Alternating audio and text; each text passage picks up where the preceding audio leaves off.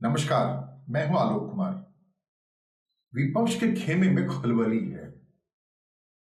प्रियंका गांधी वाड्रा जब से पार्लियामेंट में आई हैं तब से ऐसी आशंका थी। प्रियंका गांधी वाड्रा के जरिए संसद में संविधान पर विपक्ष के बहस की शुरुआत करते हुए कांग्रेस ने वो पासा फेंक दिया है जिससे ये साफ होता दिख रहा है कि कांग्रेस के पास एक प्रखर वक्ता पहुंच गया है। और यही वजह है कि जिस खलबली की बात मैं कह रहा हूं वो खलबली सत्तारूढ़ भारतीय जनता पार्टी या एनडीए गठबंधन से ज्यादा इंडी गठबंधन में है। और इंडी गठबंधन के वो तमाम दल जो महसूस कर रहे थे कि राहुल गांधी के सेंट्रल फोकल फोर्स रहने से, एक कमजोर व्यक्ति के रहने से, या उसका आकलन एक कमजोर व्यक्ति के तौर पर लोग करते हुए महसूस कर रहे थे कि कभी न कभी विपक्षी दलों का सिक्का जमेगा। लेकिन अब जैसे ही प्रखर के रूप में प्रियंका गांधी बाहर आई हैं और उनमें जो बहस किया है, उन्होंने उपनिषदों का जिक्र करते हुए, वेद के आख्यानों का जिक्र करते हुए और बिल्कुल अपने भाषण को मर्यादित रखते हुए पूरे भाषण के दौरान जो शुरुआती भाषण था संविधान पर प्रियंका गांधी का, उसमें उसने कहीं से भी ये मौका नहीं दिया सत्तारूढ़ पक्ष को कि कोई हंगामा हो, कोई विषाद हो, कोई विवाद हो। और जिस ढंग से उन्होंने पूरी अपनी बात रखी, संविधान पर सरकार को घेरा एक मर्यादित आचरण के तहत, तो उससे खलबली मचनी थी और वो खलबली मची है, खास करके विपक्षी खेमे में।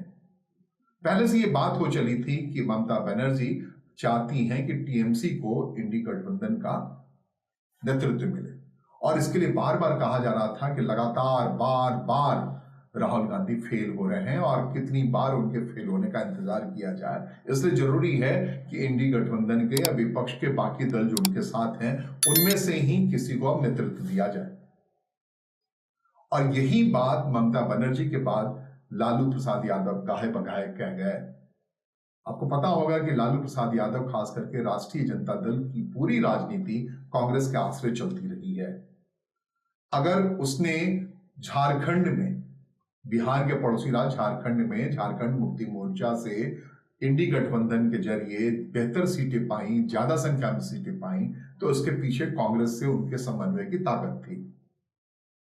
और जब से वो एक्यूज के तौर पर चुनावी राजनीति से दूर गए हैं, उनकी पूरी राजनीति कांग्रेस का आश्रय रही है। सोनिया गांधी से मिलते रहे और उनके ख्यालों में नहीं आता था कभी को कांग्रेस से दूर जाएंगे। लेकिन अब उन्होंने संकेत दिया है कि कांग्रेस नेतृत्व के जरिए या कांग्रेस पार्टी के नेतृत्व में विपक्षी गठबंधन का आगे चल पाना मुश्किल है, इसलिए बदलाव होना चाहिए। और आरंभिक तौर पर उन्होंने ममता के उस इरादे पर सहमति जताई थी। और खास करके टीएमसी के सांसद जिस ढंग से हाउस में परफॉर्म करते हैं, कांग्रेस से बेहतर करते रहे थे, तो लगता था देर सवेर कहीं ना कहीं ममता बनर्जी का हाथों विपक्षी कमान आ जाएगी और पूरी राजनीति की धारा अपने आप में बदलेगी।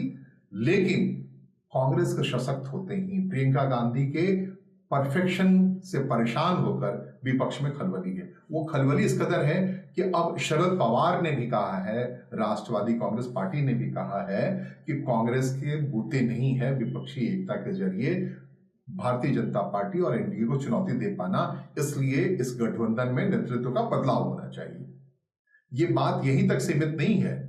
इस महाराष्ट्र विधानसभा चुनाव के बाद समाजवादी पार्टी बिल्कुल से बिफर कर अलग हो गई है महाराष्ट्र में, खास करके कांग्रेस से।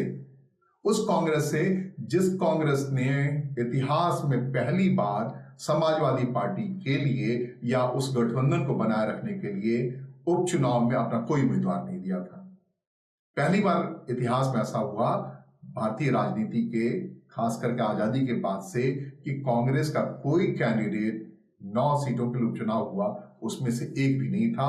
और सब सीटों पर कांग्रेस पार्टी ने समाजवादी पार्टी का समर्थन किया था। और उस समाजवादी पार्टी ने अब उलट करके ये कहना शुरू कर दिया है कि भैया मुझे स्पेस दो, नेतृत्व को बदलो। और ये सब घबराहट नीचे में भी यही हाल है। तमिलनाडु में भी लोग अब बात करने लगे हैं।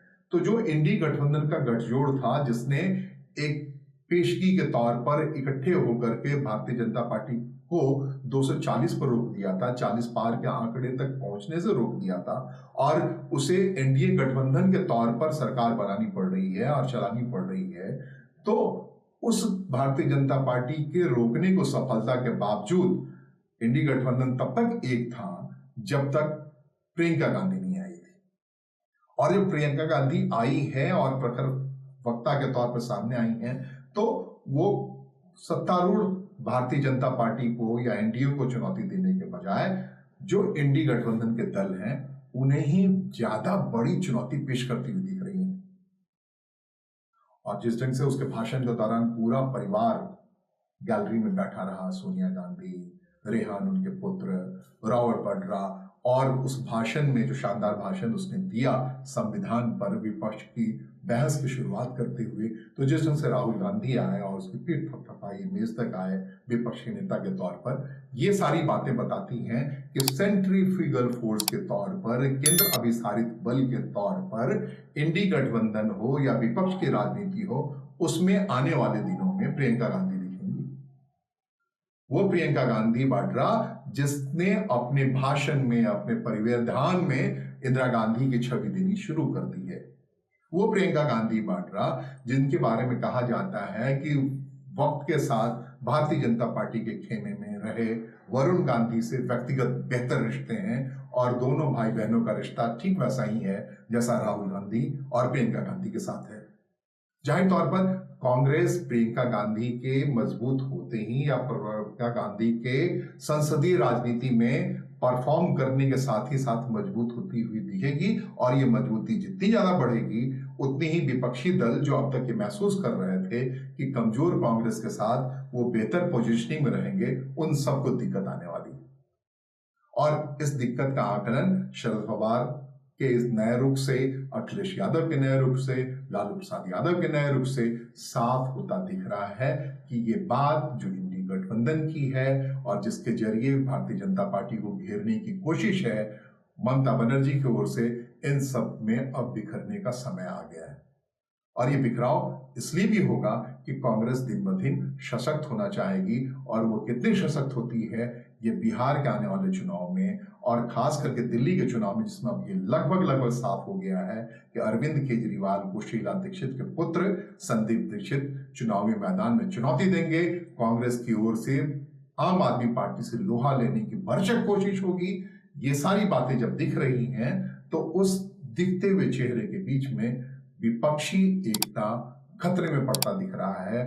खास करके प्रियंका गांधी ज्यों-ज्यों परवान चढ़ेंगी, ये खतरे की आहट महसूस होती रहेगी। फिलहाल ये खतरा विपक्षी खेमे के लिए दिख रहा है, जो क्या पता आने वाले समय में भारतीय जनता पार्टी। पते की बात में आज इतना ही, और हम चाहेंगे कि इस राजनीति के नए रंग को इस पते की बात के साथ आप भी महसूस करें, देखें और एहसास करें।